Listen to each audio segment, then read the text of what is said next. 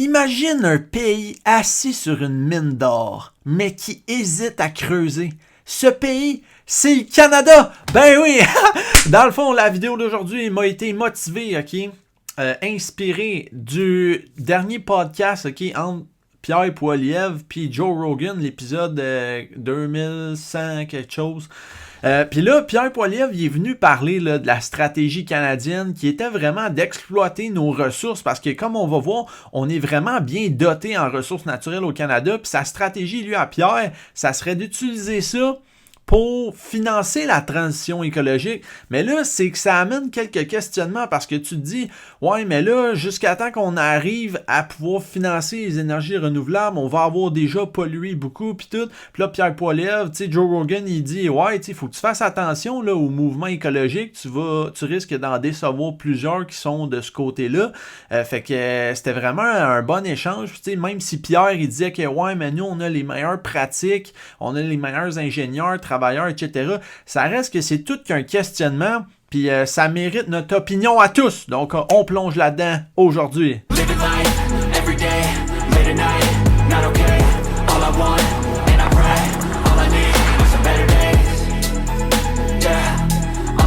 Le Canada est l'un des pays les plus riches en ressources naturelles au monde.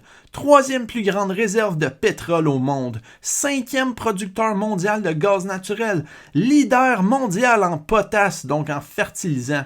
Immense réserve de minéraux critiques comme le lithium, le nickel, le cobalt, le cuivre, les éléments du groupe du platine, les terres rares, d'autres matières premières minières comme l'or, le fer, le zinc, la potasse et l'uranium. Le bois canadien reste une ressource exportée d'une valeur significative. Toutes ces ressources sont essentielles aujourd'hui. Par exemple, le lithium, le cobalt, le graphite, le nickel, le cuivre, le niobium et les terres rares sont indispensables aux technologies modernes, aux véhicules électriques et aux énergies renouvelables. Le gravier, le sable, le calcaire et l'argile sont essentiels à la construction.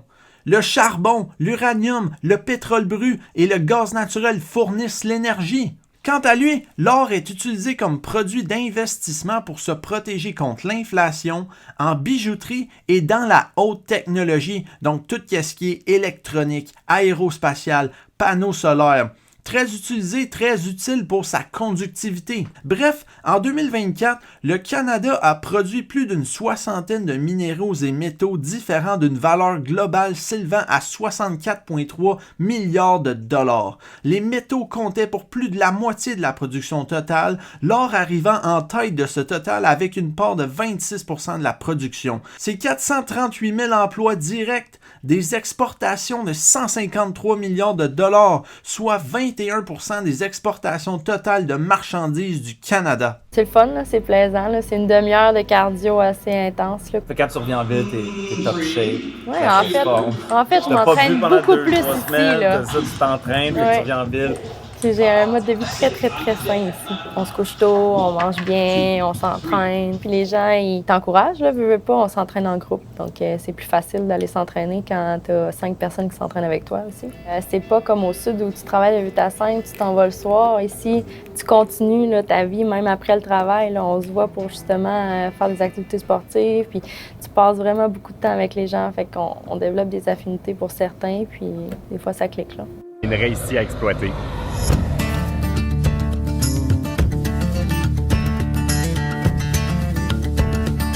Le coût de ces pneus-là est immense, fait que ces chaînes-là sont là pour aider à la durée de vie et faire que les pneus vont durer plus longtemps.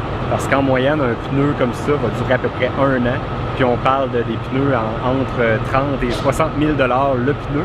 Et chaque véhicule a plusieurs pneus, soit 4 ou soit 6. Fait que faites le calcul de comment ça peut coûter juste en pneus un véhicule comme ça.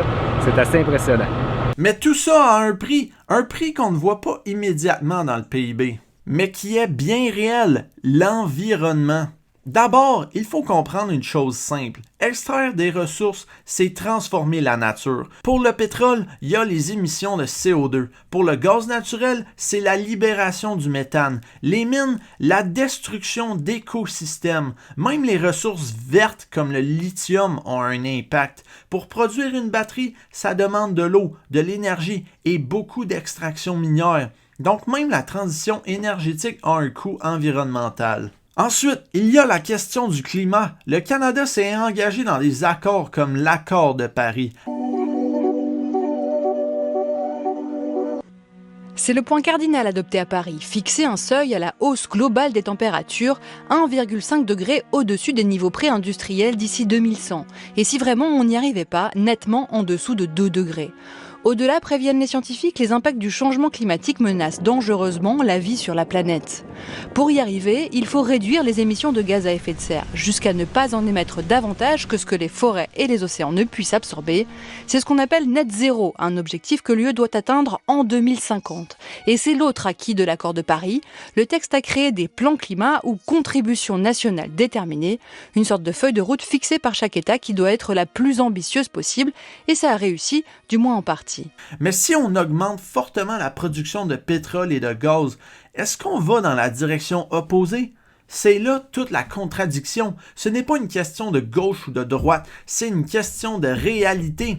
Option 1, on exploite, on s'enrichit, mais on réchauffe la planète. Option 2, on réduit, on protège la planète, mais on ralentit l'économie. Le Canada représente environ 1 à 2% des émissions mondiales, mais les ressources qu'on exporte affectent la planète entière. Donc même si on est propre chez nous, l'impact continue ailleurs. Même nos importations, là, si on prend la Chine par exemple, qui est le plus grand pollueur au monde, ben nous autres, on importe nos produits de la Chine, ou en tout cas on fait fabriquer des parties de nos produits en Chine. La pollution qui est créée là-bas, à cause de plusieurs pays qui font leurs affaires là-bas, elle n'est pas comptée dans ces pays-là. Là. Donc nous autres, c'est la même chose pour le Canada. Mais moi, je crois en le Canada, OK? Quand Pierre Poilievre, il dit qu'on a les meilleures pratiques, les meilleurs ingénieurs, l'extraction minière, on fait ça de la meilleure façon possible, moi, je le crois. Fait que dans le fond, il y a peut-être une troisième option. I've been right about everything.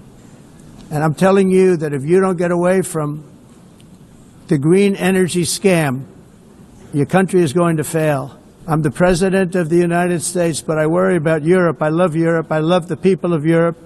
And I hate to see it being devastated by energy and immigration. This double-tailed monster destroys everything in its wake, and they cannot let that happen any longer. You're doing it because you want to be nice. You want to be politically correct, and you're destroying your heritage. Une solution basée sur 3 livres, OK? Quand je jasais avec ChatGPT, j'ai demandé, hey, y a-tu des livres qui parlent de ça? Il m'a dit, ouais, puis là, j'ai dit, hey, OK, peux-tu me faire un résumé? Fait que là, ça y est. Et si la vraie question n'était pas est-ce qu'on doit exploiter ou non, mais plutôt, qu'est-ce qu'on fait avec cet argent? Imagine qu'on utilise nos ressources pour financer les énergies propres, investir en innovation, devenir leader mondial de la transition. Au lieu d'être juste un pays qui extrait, on devient un pays qui transforme. Parce qu'au final, le problème n'a jamais été les ressources. Le problème, c'est ce qu'on en fait. Et toi, t'en penses quoi? Est-ce qu'on devrait exploiter au maximum ou ralentir pour vraiment prévenir et assurer un bon futur? Mais il y a l'option 3 aussi, qui est de prendre un risque et d'exploiter nos ressources puis de vraiment financer la transition. Ça semble touché, quand même compliqué. En fait, c'est simple, c'est juste que ça semble peut-être difficile à faire, puis peut-être décourageant quand tu dis qu'avant de commencer à vraiment utiliser des énergies renouvelables partout, il faut encore dépenser, polluer énormément. Fait que c'est quand même un débat, mais moi je pense que l'option 3 est la bonne. Toi, qu'est-ce que t'en penses? Tu peux dire ça en commentaire et on se voit prochainement.